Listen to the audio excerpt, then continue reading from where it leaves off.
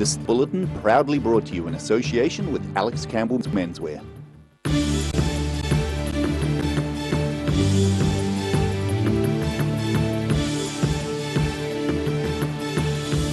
Tonight on the South Today, the Great King Street Hub is set to be officially opened on March the 20th after being plagued with delays. Dunedin man Daryl Smith has recently returned from Rome, where he'd hoped to have an audience with the Pope. And footage has emerged of a group of whales being herded back towards the sea from Stewart Island this week.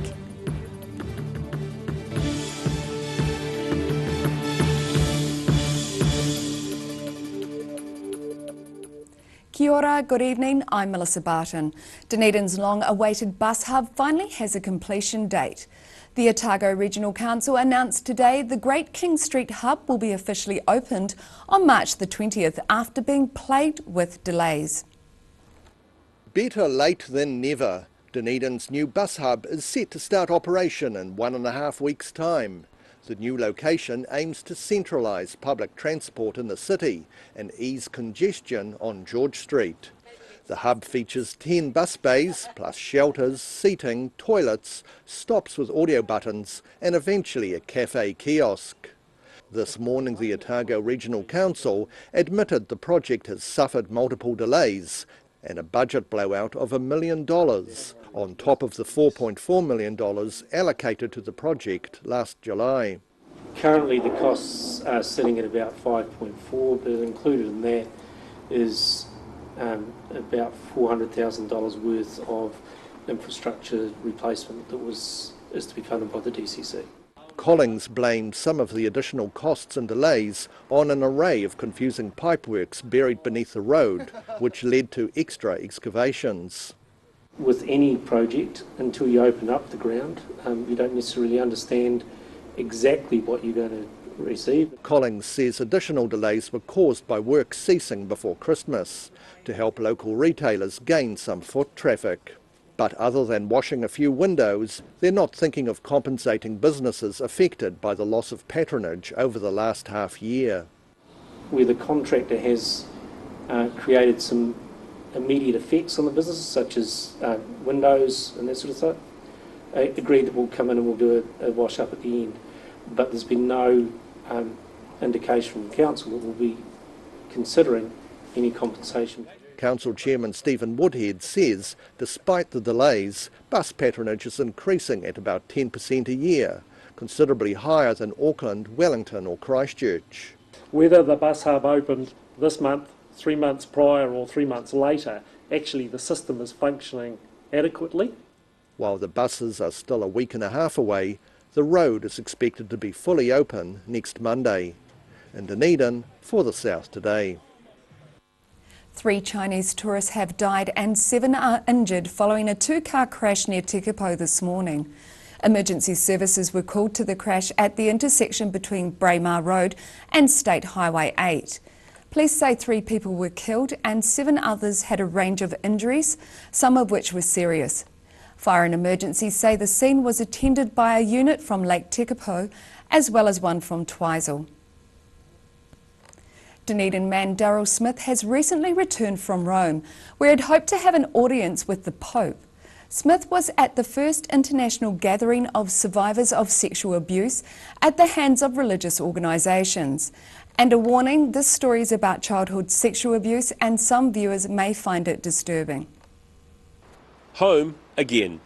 Dunedin sexual abuse survivor Daryl Smith back in the familiar surrounds of the city's railway station, swapping travel stories with a couple of Australian tourists. Smith was the only survivor from New Zealand at the inaugural World Sexual Abuse Survivors Week in Rome.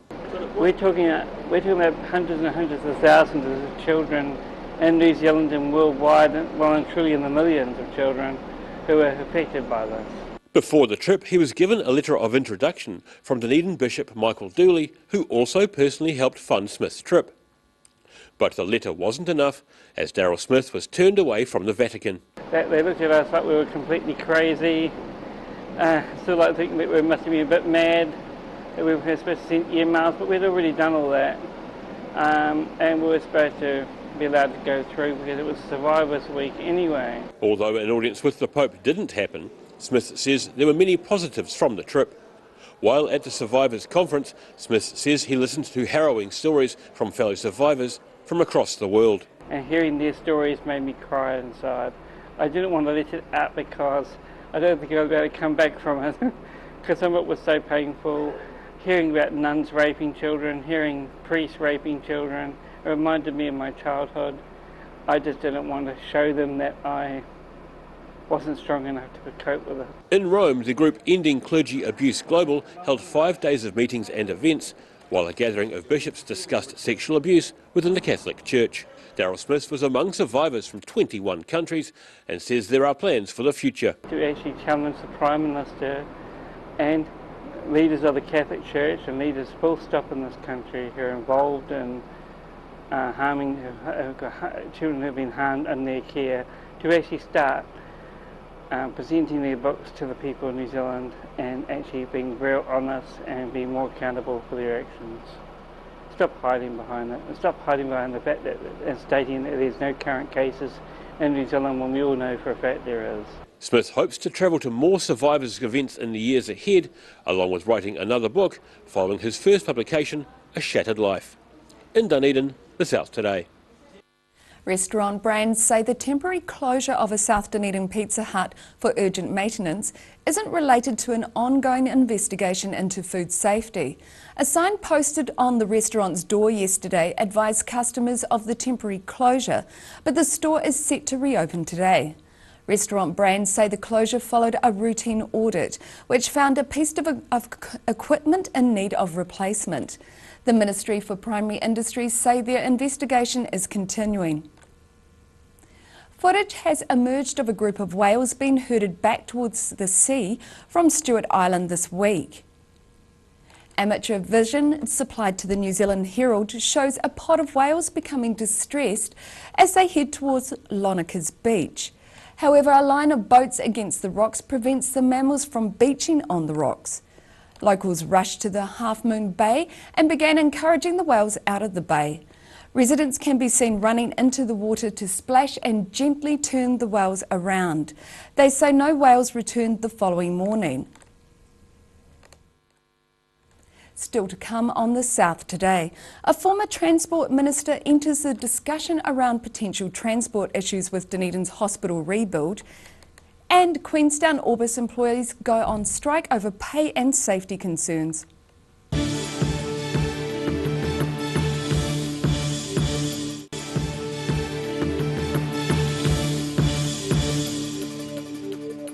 Welcome back. Former Associate Transport Minister Michael Woodhouse has waded into the discussions around the transport issues which may arise with Dunedin's hospital rebuild.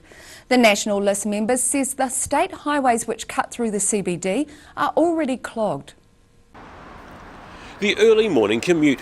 A former Associate Transport Minister says some of Dunedin's busy cycle lanes may have to be moved, not only for the hospital project, but to future-proof the city's transport infrastructure.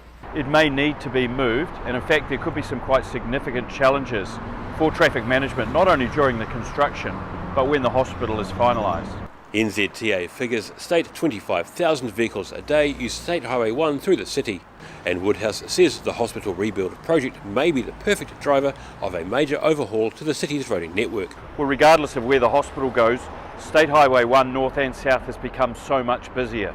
Now there are some plans to have a look at what they can do about that, and I think that's a really sound thing to do. Because the hospital is being built now, that's the perfect time to do so. Construction of the New Zealand Transport Agency's $8 million cycle lane project began 2 years ago, running through central and north Dunedin. One of the catalysts for the separated cycle lane project was the death of Dunedin facial surgeon Lee Hong Chris He in December 2012. I was the Associate Transport Minister responsible for road safety at the time of Chris's death. And I made a commitment at his memorial service that when the stakeholders would all agree on what the right answer for a cycleway was, that the government wouldn't let money be the barrier. Woodhouse says he's looking forward to attending a public meeting on the 18th of the month at the Dunedin Public Art Gallery. At the meeting, Southern District Health Board Chief Executive Chris Fleming and Southern Partnership Group Chairman Pete Hodgson are set to provide an update on the hospital rebuild. In Dunedin, the South Today. After the break on the South Today, we catch up with the Dunedin Collie Club as it celebrates 100 years of sheepdog trials. And we have the weekend's weather for you, so stay with us.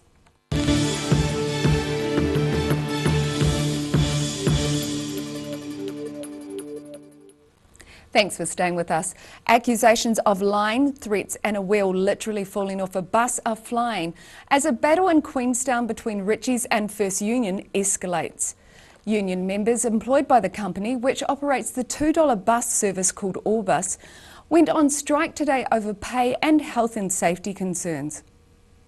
Some of Ritchie's bus drivers on strike in Queenstown due to a breakdown in wage talks.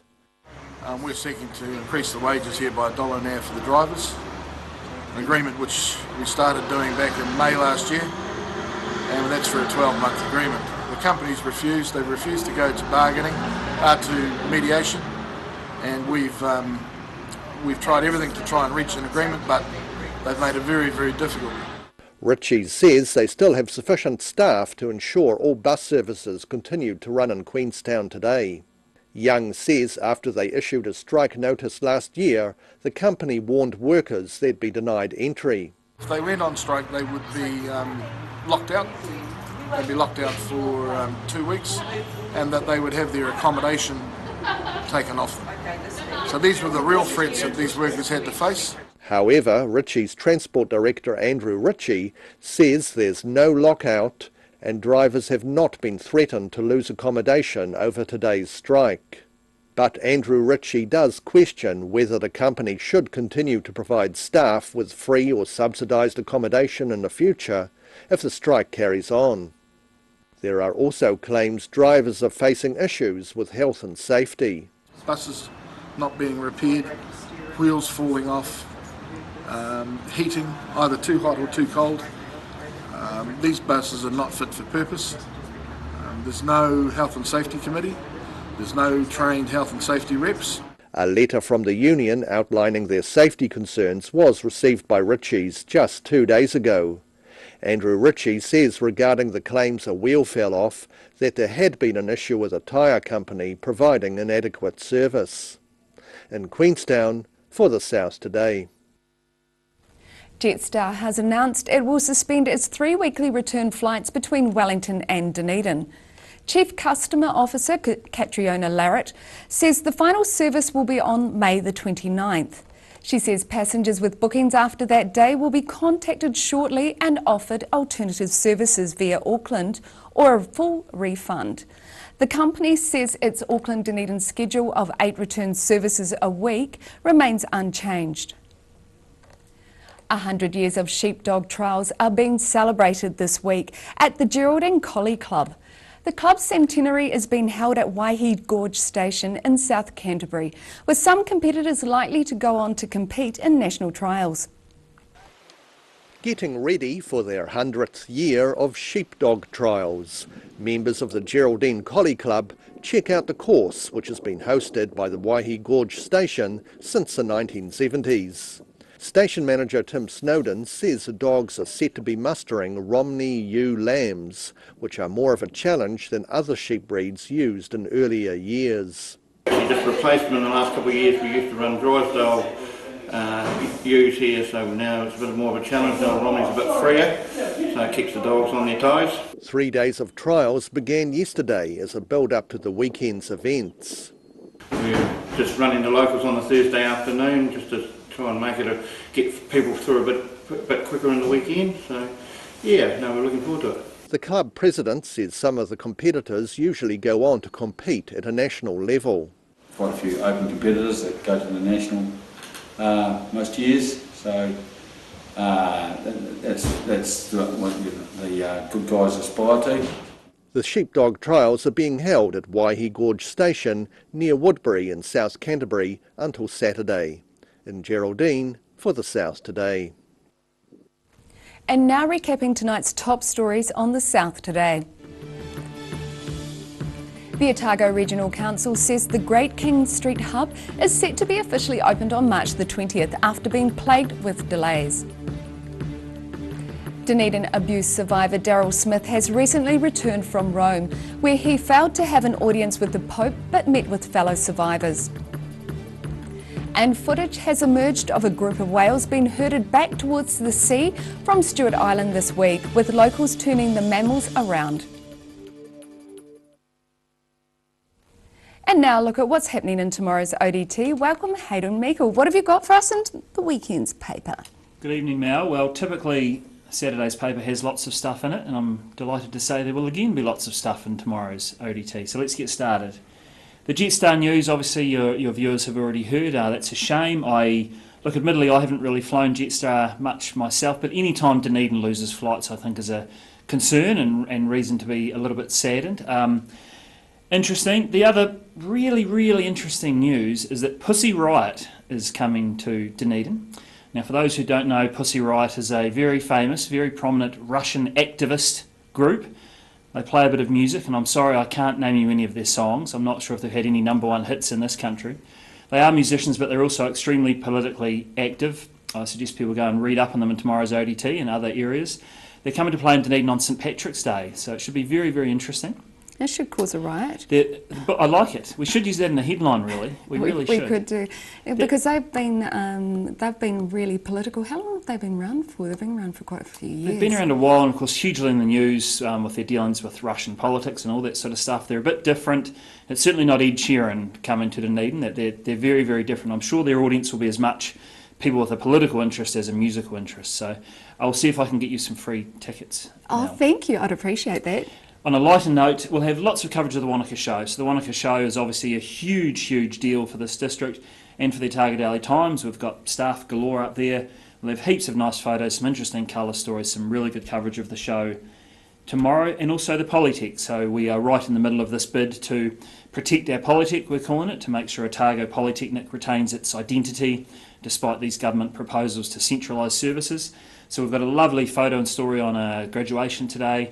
We look at why the Polytech has been so important to ID Fashion Week and the Otago Wildlife Hospital. So another really good read on the Polytech and why it's so important to us. They're a core part of Dunedin, and it would just, any kind of restructuring that could change that would certainly have a harmful effect on our sort of Dunedin culture and Southland, I think, too. Absolutely. I mean, they're two such success stories. It would be really sad to see that kind of change. So a huge issue, very topical. Yeah, and fashion.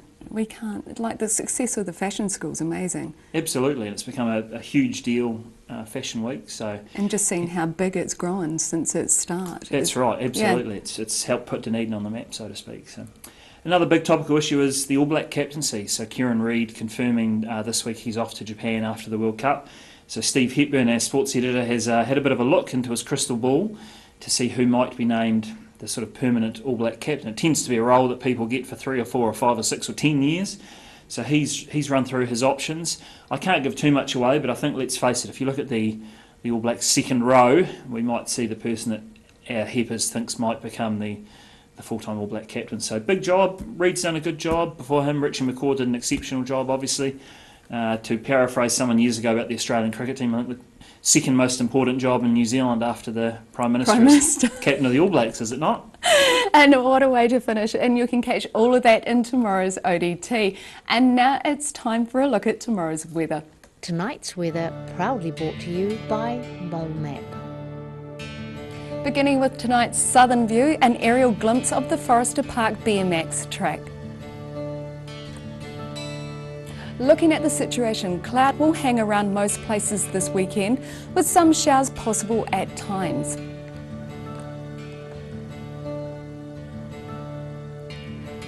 Starting off at the northwest of the South Island, Greymouth and Westport can expect a cloudy day with 21-degree highs.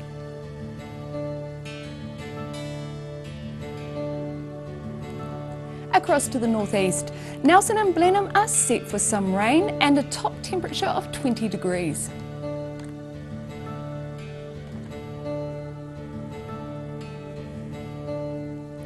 In Canterbury, you can also expect a wet day with 18 degrees for Kaikoura, 19 and a few clouds for Christchurch, while Ashburton is due to be cloudy with an 18-degree high.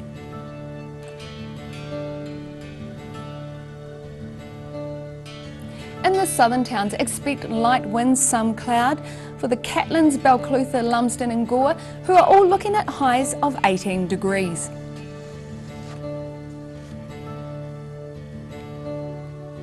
Heading westwards to the Central Lakes, light winds and some cloud is on the cards. Wanaka heads for a high of 20, which is a great temperature for the show tomorrow. Queenstown is set for 19, Alexandra heads for 21, while Te Anau should expect moderate westerly showers and a high of 17 degrees.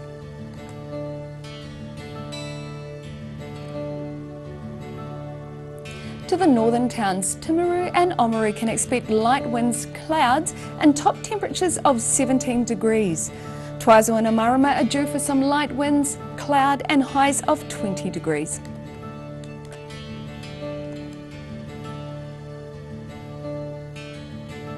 In Dunedin, some cloud is expected tonight with an overnight low of 10. Tomorrow it's fine with mostly cloudy skies, the cloud increasing during the afternoon. Moderate northeasterlies will develop and a high of 17 degrees with an overnight low of 11 is expected. Cloudy and cool on Sunday with rain and light easterly winds, looking at a high of 14 and a low of 11 degrees.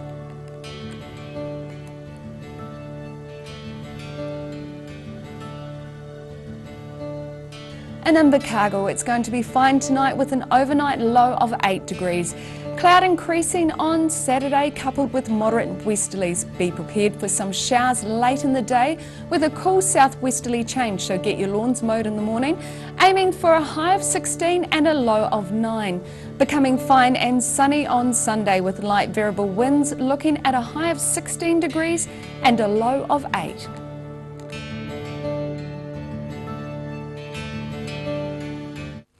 That's all our news for this Friday. For the latest news from the southern region, head online to odt.co.nz and follow Channel 39 on Facebook and YouTube. Thanks for joining us. Have a great weekend. Ka kite anō.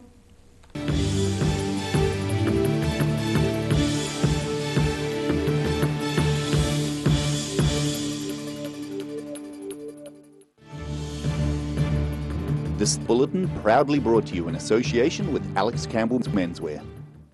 Supporting local content so you can see more of New Zealand on air.